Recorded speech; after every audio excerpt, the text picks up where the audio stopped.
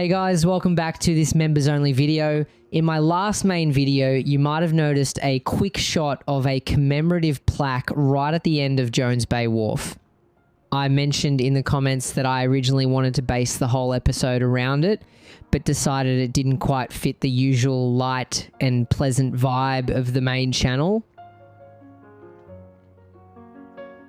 But because you all support the channel here in the members area, I wanted to give you the exclusive story behind that plaque.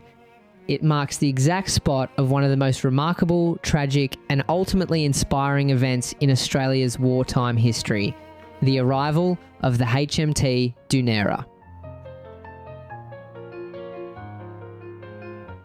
The year was 1940.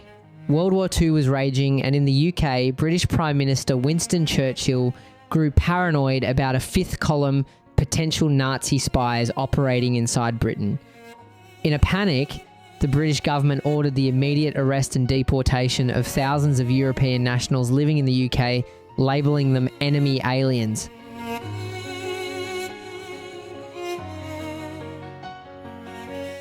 But here is the tragic irony. The vast majority of the 2,542 men forced onto that ship weren't enemies at all. They were actually Jewish refugees and staunch anti-dictatorship refugees who had just escaped the World War II regime to seek safety in Britain.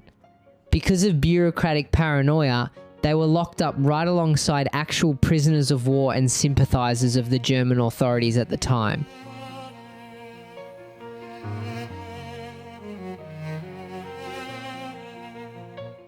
What followed was a horrific 57-day voyage to the other side of the world. The Dunera was hopelessly overcrowded, carrying double its safe capacity. For nearly 2 months, these men were kept below deck in darkness for 23.5 hours a day.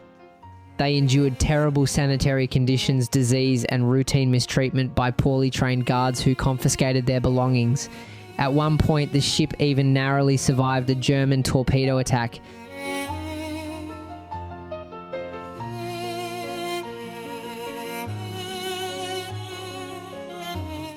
Then, on the 6th of September 1940, the Dunera dropped anchor right here at Pier 21, Jones Bay Wharf in Pyrmont, when an Australian Army doctor stepped aboard to inspect the ship. He was horrified by the inhumane conditions and immediately blew the whistle. The passengers were unloaded right onto this wharf and sent to internment camps in rural Australia like Hay and Tatura. Eventually, the British government realised their massive mistake, and Churchill himself later called the incident a deplorable mistake.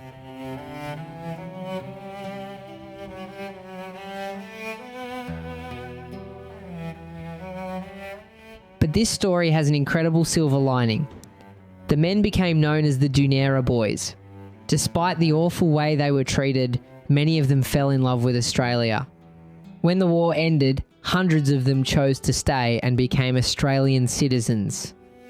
And when you look at who these men actually were, the sheer concentration of talent is mind-blowing.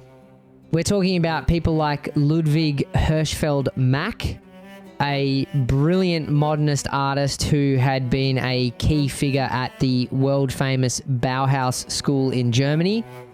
There was Fred Gruen, an economist who would eventually become a top advisor to Australian prime ministers and help shape our modern economy.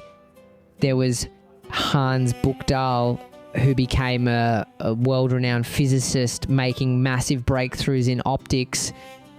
And even Anton Walter Freud, the actual grandson of Sigmund Freud, who later joined the British Army as a commando to track down wartime criminals. The government's bureaucratic panic almost cost the world and Australia the incredible contributions of these minds.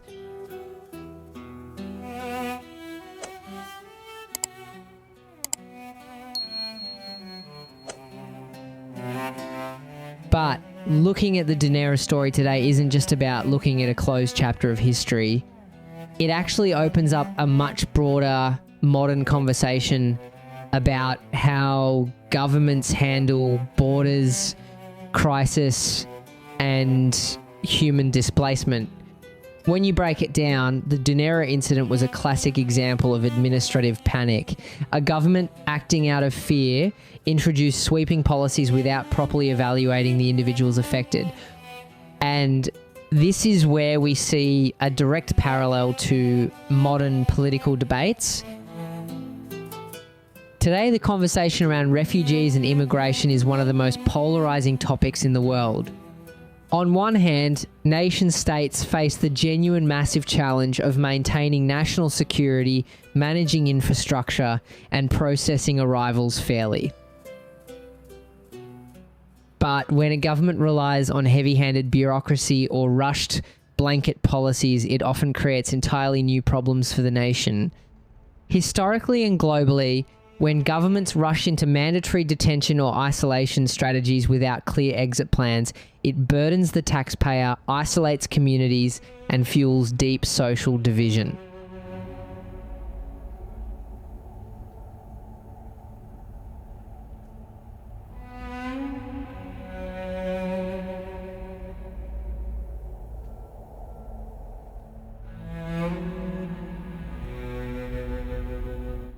The real lesson of the Dunera and how it applies to our modern standpoint is about the cost of governmental mistakes.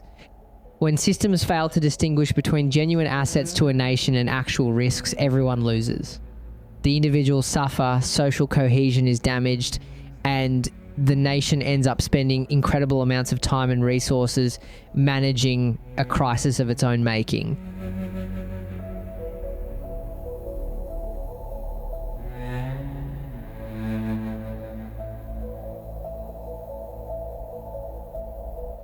In the case of the Dunera boys, Australia ultimately gained an incredible influx of talent because the government eventually corrected course.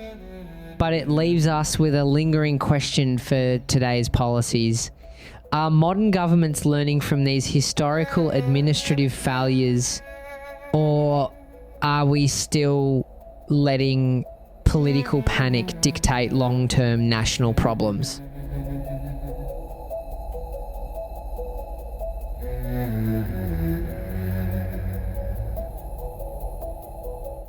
So the next time you walk past Jones Bay Wharf and see that quiet plaque, you're looking at the exact spot where thousands of resilient people stepped off a prison ship into a country that would eventually become their home.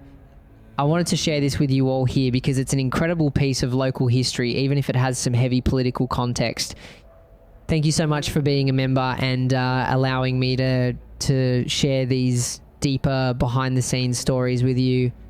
Let me know in the comments if you've ever heard of the Dunera boys, and I'll see you in the next video. See ya.